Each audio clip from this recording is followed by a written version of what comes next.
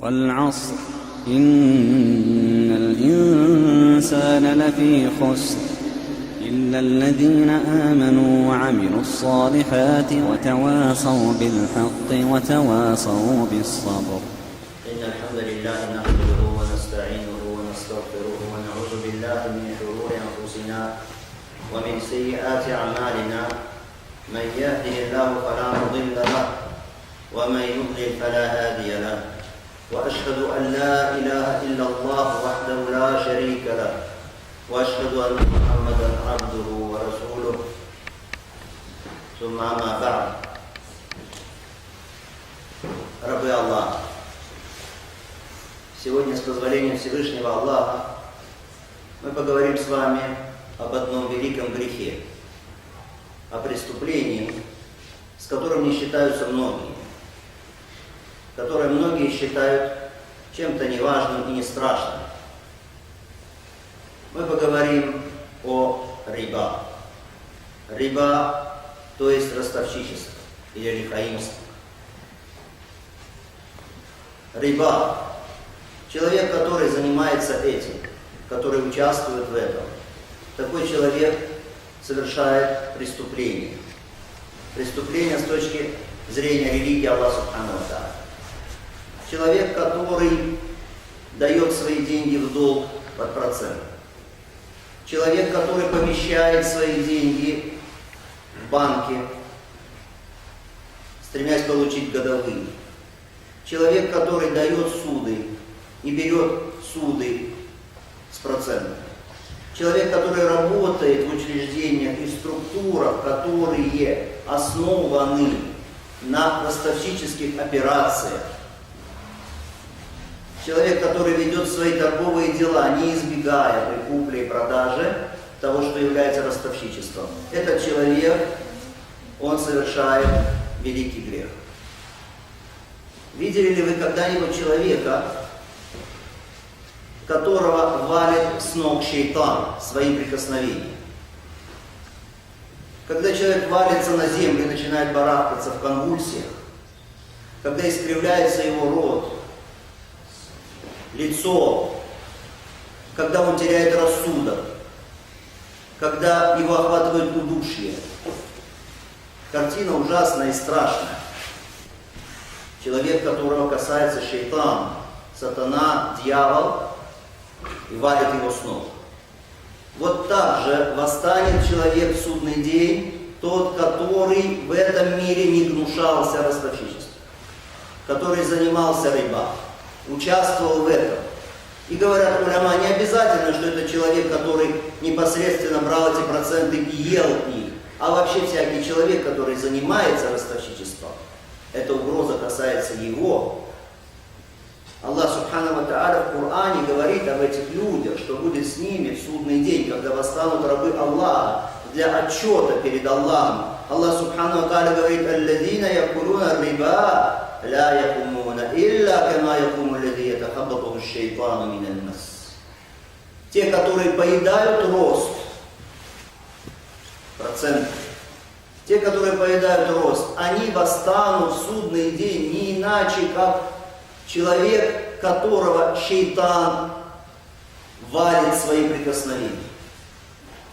ذلك بأنهم قالوا إنما البيع مثل الربا وأحل الله البيع وحرم الربا. Это потому что они сказали, ростовщичество, рост, то же самое, что торговля. Но Аллах дозволил торговлю и запретил ростовщичество. Когда люди восстанут из своих могил, когда люди устремятся к Господу миров, спеша предстать перед Создателем, этот человек встанет и упадет. Вновь попытается встать и упадет, потому что это бремя. Бремя процентов, которые он поедал, это бремя не дает ему идти. И это великий позор судный. Позор перед всеми творениями. Этот человек восстанет как тот, которого валит шейтан, потому что он в этом мире, как сумасшедший, гнался за деньгами, за имуществом, стремясь получить их любым путем. Неважно, харам или халяль. Он терял рассудок. И поэтому там он тоже будет таким, потерявшим рассудок, бьющимся в конвульсиях. Потому что аль-джаза мин джинсиль амаль. Воздаяние, оно всегда подобно деянию. Таково великое правило. Человек, который занимается ростовщичеством, участвует в этом, он преступник, и Аллах Субхану ва Тааля угрожает ему адом, пылающим огнем. В Коране Аллах Субхану ва Тааля говорит: «Фауляйка асхабун нар, ва ман ада, фауляйка асхабун нар». Кто вернется к ростовщичеству, будет заниматься этим, они из обитателей адского огня, муфия халидун, они в нем пребудут вечно. Они пребудут там очень и очень долго. Ростовщик, он муджрим, он преступник, и его путь, и его итог – это всегда плачевный. Его итог – это всегда крах, это всегда крушение, это всегда ущерб, это всегда потеря, это всегда разрушение, это всегда убыток, это всегда минус. Потому что Аллах Субхану ва Тааля говорит: «Ямхакуллаху риба ва юрби садакат». Аллах уничтожает риба. То, что получено путем риба, Аллах уничтожает. Ямхакуллаху риба ва юрби садакат. И наоборот взращивает, увеличивает садака, то имущество, которое человек дает в качестве садака. Пусть каждый из вас подумает и вспомнит. Люди, которые получили свой доход таким путем риба, каков был их итог? Да, какое-то время они будто бы преуспевают в этом мире, но потом непременно мы видим, как Аллах уничтожает это их имущество, которое они получили путем риба. Мы видим, как их поражает либо бедность, либо банкротство. Либо он вынужден все свои деньги тратить на лечение каких-то губительных, страшных болезней. Либо мы видим, как он попадает в тюрьму и долгие годы проводит там. Аллах Субхану ва Тааля уничтожает риба. Аллах Субхану ва Тааля угрожает этим. Аллах Субхану ва Тааля говорит: «Вама атейту мир риба лиярбуа фи амвали нас, фала ярбу инда Аллах». То, что вы даете из имущества людям, чтобы это приросло за счет имущества людей, то это не прирастет у Аллаха. «Вама атейту мин закат туридуна ваджа Аллаха фауляйка хумуль муд'ифун». А то, что вы даете из заката, стремясь к лику Аллаха, вот эти, они приумножат свое имущество во много раз. Пророк, алейхиссалату вассалям, говорит в своем хадисе: «Ма ахадун аксара мина риба илля кана акибату амри иля илля». Какой бы человек не увеличил свое имущество путем риба, путем ростовщичества, обязательно итогом его будет килля. Килля, то есть недостаток, убыток, ущерб, потеря, разорение. Обязательно так будет. Это говорит пророк, алейхиссалату вассалям. Действительно, посмотрите на этих банковских олигархов, на людей, которые поедают имущество людей путем ростовщичества. Чем заканчивается их жизнь? Да, человек вроде бы наполняет свой карман денег, у него миллионы или миллиарды, на его счетах огромные суммы денег, у него много имущества, но итог, каков итог? Таков, как сообщает об этом пророк, алейхиссалату вассалям, килля, разорение и убыток. Вот эти вот бизнесмены, на которых раньше показывали пальцами, говорили: вот этот человек, у которого миллионы и миллиарды. Мы видим, как вдруг этот человек со своими миллиардами расстается, как он вынужден бежать куда-то за границу, как этот человек вынужден лежать в больнице, проходя лечение каких-то страшных болезней, или вдруг у него случается инсульт, или еще что-то поражает его, или он проводит свою жизнь в тюрьме. Пророк, алейхиссалату вассалям, говорит: «Фаакибату амрихи иля илля». Его итог всегда ущерб, всегда потеря. Это обещание того, который не говорил от себя, а говорил по откровению от Аллаха Субхану ва Тааля.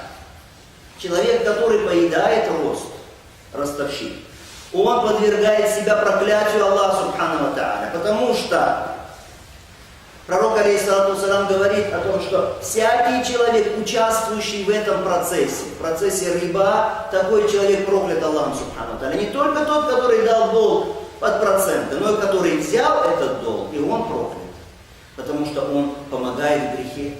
И человек, который записывает, составляет этот договор для них, может быть, это служащий какой-то банковский, он составляет этот договор, либо и он проклят. И свидетели этого договора, сказано в хадисе, они прокляты. Ты, когда выступаешь поручителем для кого-то, для человека, который хочет взять какой-то кредит, какую-то суду ростовщическую, и ты выступаешь попечителем для этого человека.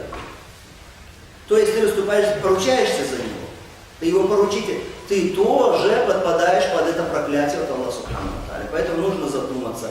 Потому что пророк, алейхиссалату вассалям, сказал об этом хадисе, достоверном хадисе, который передан от Джабира ибн Абдилля: «Ля'ана Аллаху акиля риба, ва мукилаху, ва катибаху, ва шахиди».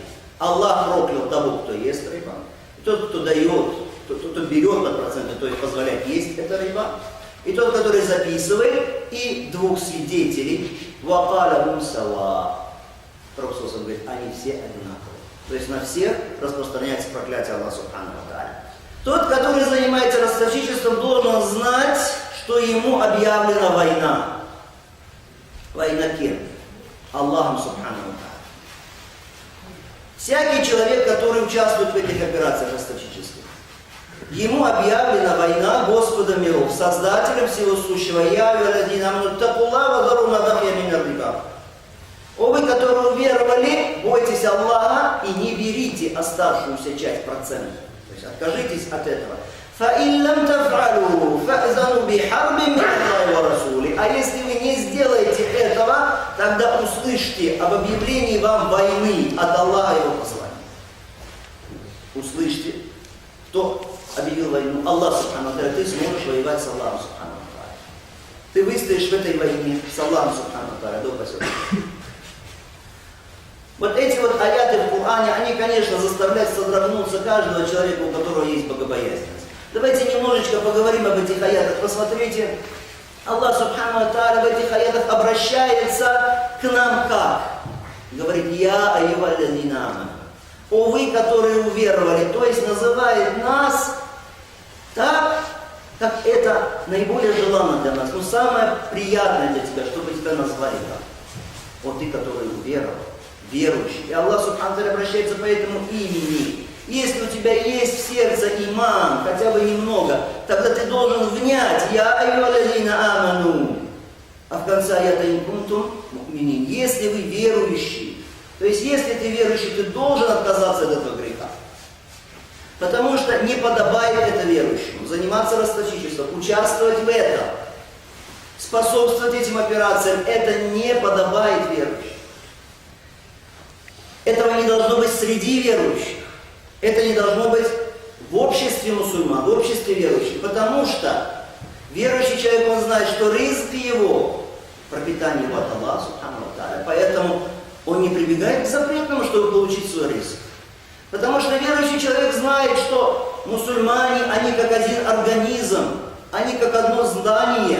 Он знает, что тот, кто со своего брата снимет заботу в этом мире, Аллах снимет с него печаль и заботу в том мире. Как же он может наживаться на своем брате, пить его кровь? Он не будет делать это.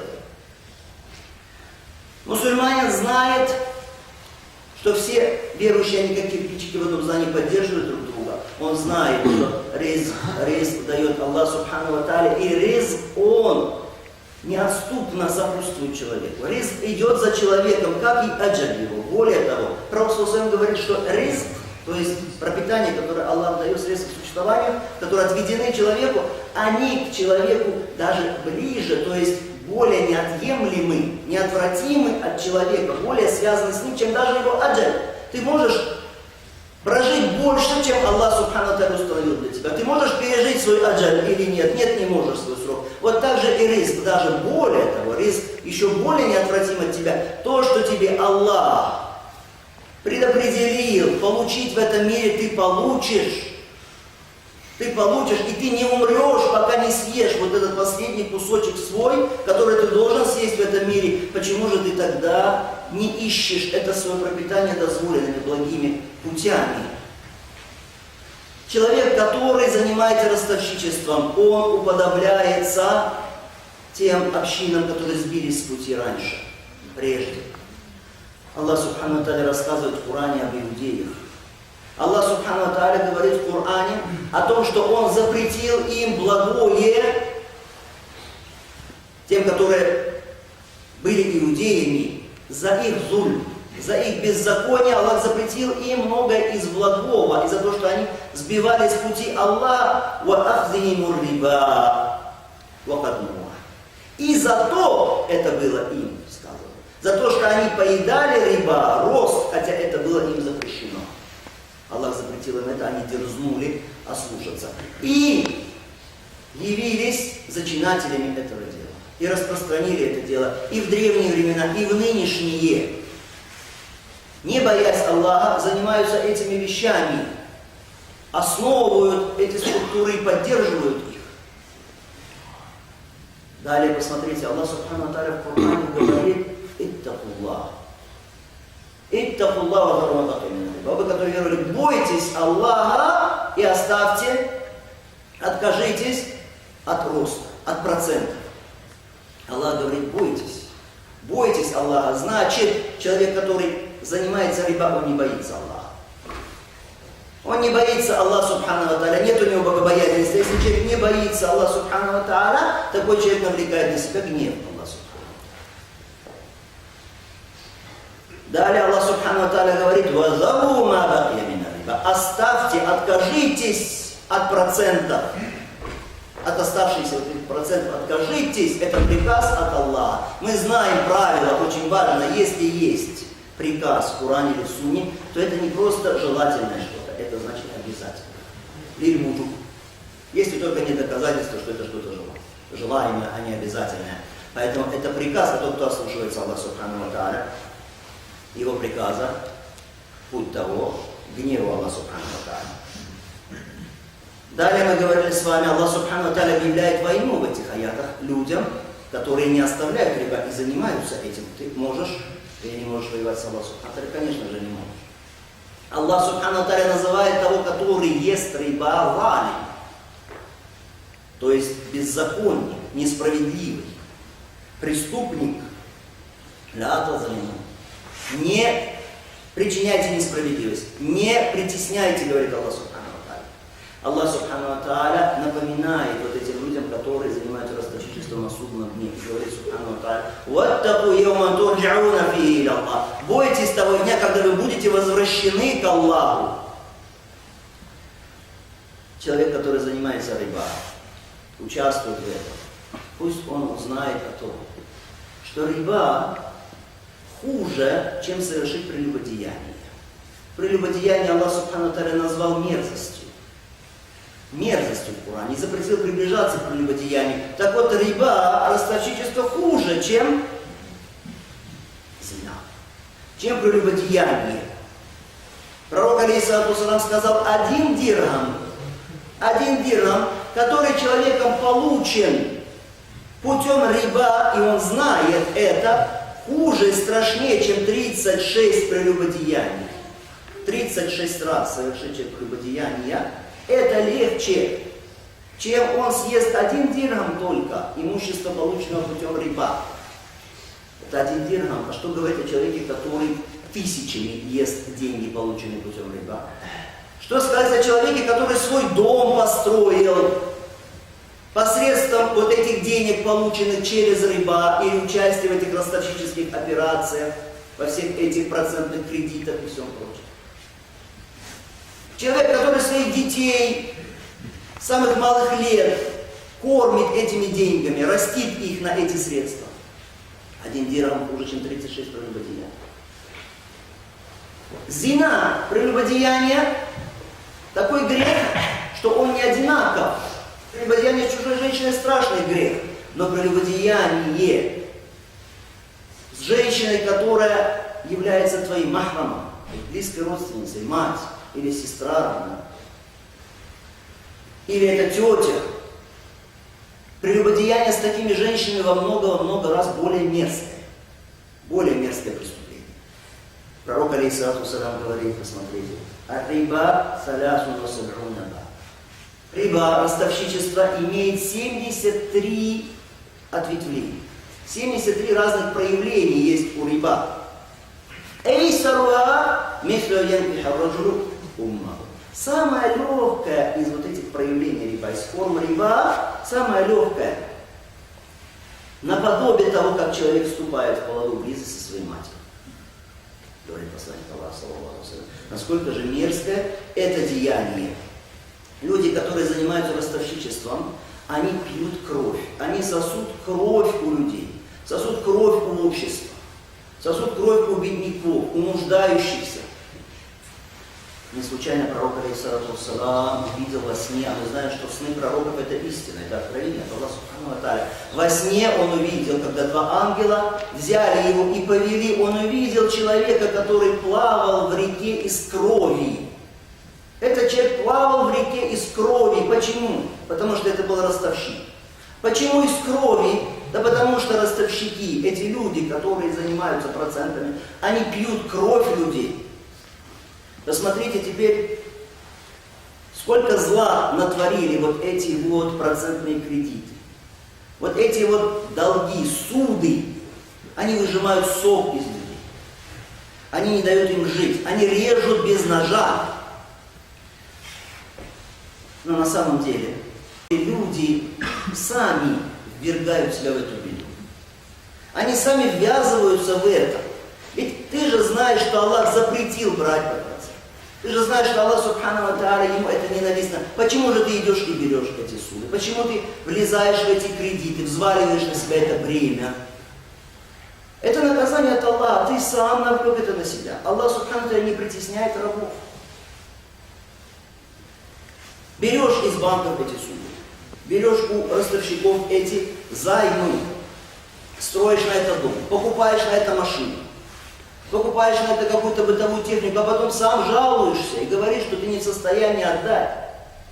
А некоторых людей вот эти долги доводят до самоубийства. Пророк, алейхиссалату вассалам, вместе с двумя ангелами отправился ночью, и он говорит, как сказано в хадисе, и мы пришли к Красной реке. В другой версии сказано из крови, то есть река, вода в ней была из крови. И мы увидели человека, мужчину, который плавал в этой реке. А на берегу стоял другой человек, у которого было много камней. И этот человек хотел приблизиться к берегу, чтобы выйти из этой реки. Но каждый раз, когда он приближался, тот человек брал камень и бросал ему его в рот, заставляя его глотать этот камень. И ему приходилось отплывать вновь и плавать по этой реке. Потом он вновь приближался к берегу, и опять тот человек бросал ему в рот камень. И когда пророк, алейхиссалату вассалам, спросил у ангелов, что это за человек, почему такое наказание, было сказано, это человек, который поедал рост, проценты, пил кровь людей, ему воздаяние, кровавая река.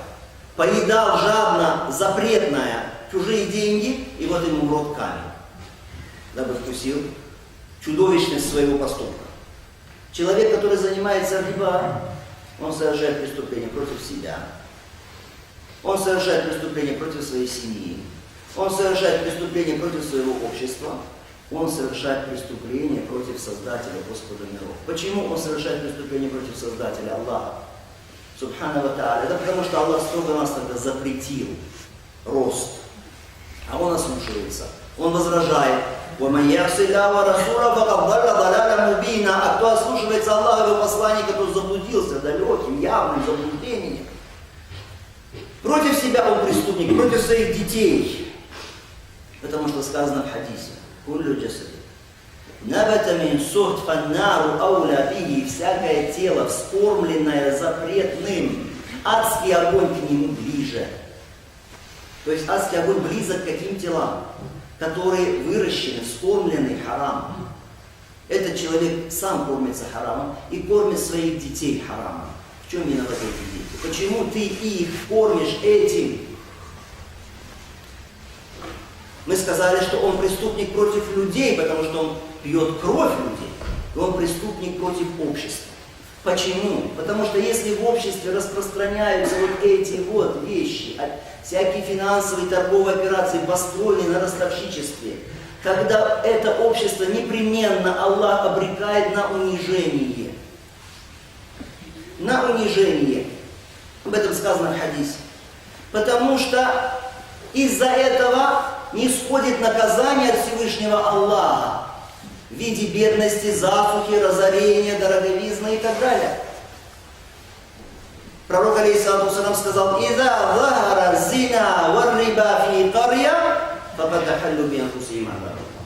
Если в каком-то поселении, в каком-то месте распространяются зина и риба, прелюбодеяние и ростовщичество, то эти люди навлекают на себя кару, наказание Аллаха. И вот теперь вопрос каждого. Люди жалуются, почему произошло то, почему произошло это, почему не урожай, почему стихия, почему померзла. Это за то, что приобрели ваши руки. Так говорит Аллах Субхану ва Тааля. Аллах не наказывает никого просто так. И мы говорим человеку, который поедает рост, который участвует в этом, который работает в организациях, основанных на ростовщичестве. Человеку, который свои деньги помещает на счета, в такие структуры, надеясь получить годовые, надеясь получить какой-то доход, мы ему говорим: Аллах Субхану ва Тааля, Господь твой, сделал это харамом. Пророк алейхиссалату вассалям говорит: «Иджтанибу саб'аль мубикат». Остерегайтесь 7 грехов губительных, которые губят человека. Страшнейших грехов. Люди спросили, что это за грехи у посланника Аллаха. Пророк саллаллаху алейхи ва саллям первым назвал, как вы знаете, ширк, предание Аллаху сотоварища, а потом в числе остальных он назвал его акру риба, поедание роста. Аллах запретил это в своей книге. Пророк саллаллаху алейхи ва саллям запретил это строго-настрого в своей сунне. Если человек, зная все доводы, зная, что это харам, говорит: это халяль, тогда такой человек перестает быть мусульманином. Тогда такой человек после этого не имеет права на то, чтобы совершали по нему погребальный намаз, чтобы его хоронили на кладбище мусульман, чтобы его заворачивали в саван. Если он, зная, что Аллах запретил это, говорит: нет, это можно, это халяль, я не согласен. Конечно, есть люди, которые обмануты, и у этих, мы надеемся, будет оправдание перед Аллахом Субхану ва Тааля.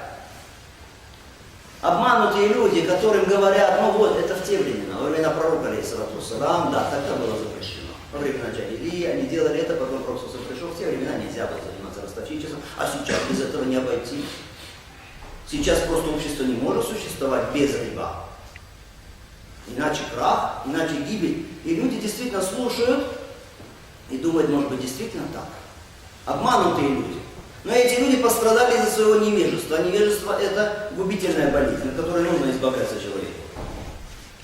И да будет всем известно, что риба харам до судного дня. До того дня, когда Аллах унаследует эту землю и то, что на ней, и тех, которые на ней. А что же тогда делать? Аллах Субхану ва Тааля, если запрещает что-то, непременно дает выход. Почему нужно заниматься рыбой? Если ты хочешь доход, занимайся торговлей. Торговля, она предполагает, что ты можешь понести и убыток, можешь получить доход. Ты можешь своими деньгами вкладываться в какие-то торговые проекты, участвовать в торговых каких-то отношениях, но в таком случае не как в случае риба, когда тебя не волнует, проиграл человек, понес он убыток или нет, давай выложи мою сумму, которую я тебе дал, и еще дай процент. Нет, в этом случае и убыток, и доход между вами. То есть и ты несешь убыток, и он несет убыток, и доход вы делите согласно тому, как вы договорились. Кто боится Аллаха, тому Аллах дает выход и дает ему пропитание оттуда, откуда он не ожидает. И как мы сказали, нужно знать, что не умрет человек, пока он не получит до конца свой риск. Поэтому уповай на Аллаха. Ты будешь делать, как хочет Аллах. Аллах непременно пропитает тебя. Аллах даст тебе откуда ты не ожидаешь. Ты же верующий человек. Ростовщик, кто участвует во всем этом или работает в этих структурах, он должен помнить, что смерть, она придет неожиданно. И вот когда она придет, тогда ты испытаешь страшное сожаление. Тогда ты будешь просить, чтобы Аллах позволил тебе вернуться в этот мир, чтобы покаяться. Но врата таубы, покаяния закрываются тогда, когда душа подходит к горлу. После этого уже человек не может сказать: я осознал, я понял, я каюсь, все. Он говорит: верните, я покаюсь, но ему говорится: калла, все, нет. Дверь закрыта, куда уже тебе вернуться? Поэтому каждый должен помнить, что он вернется к Аллаху Субхану ва Тааля и встанет перед Аллахом Субхану ва Тааля и будет нести отчет. И не сойдет со своего места, пока Аллах Субхану ва Тааля не спросит его, как заработал имущество, пока ты не дашь отчет, как ты зарабатывал свое имущество, не сойдешь со своего места. Да и сюда. И не ответишь, куда ты тратил свое имущество. Что ответит человек, который занимается ростовщичеством? Я получал свое имущество через проценты, а куда тратил? А тратил, как правило, люди, которые не внушаются этим, они тратят также на харам. Это вино, это спиртное, это прелюбодеяние, да упасет Аллах Субхану ва Тааля. Если ты встанешь перед Аллахом, когда ты предстанешь перед Создателем, то ты непременно спрошен будешь за твоих подопечных. Потому что каждый из нас, пророк алейхиссалату ва салям, каждый, то есть никто не исключение. Если ты уже достиг совершеннолетия, то каждый, он попечитель. То есть он отвечает за своих подопечных, а мужчина, он отвечает за свою семью. И вот ты будешь спрошен, как ты кормил свою семью, как ты воспитывал свою семью. Если ты скажешь, что ты вскармливал свою семью запретным и деньгами, полученными через ростовщичество, то тогда твой отчет будет очень тяжелым. Тогда перед тобой путь в ад, да упасет Аллах Субхану ва Тааля. Поэтому нужно бояться Аллаха в отношении себя, в отношении своих детей, в отношении своей жены, в отношении своих братьев-мусульман, в отношении общества мусульман. И мы просим Аллаха Субхану ва Тааля, чтобы Он одарил всех нас от риба, от ростовщичества и от других страшных грехов, и простил нас, и наставил нас к покаянию.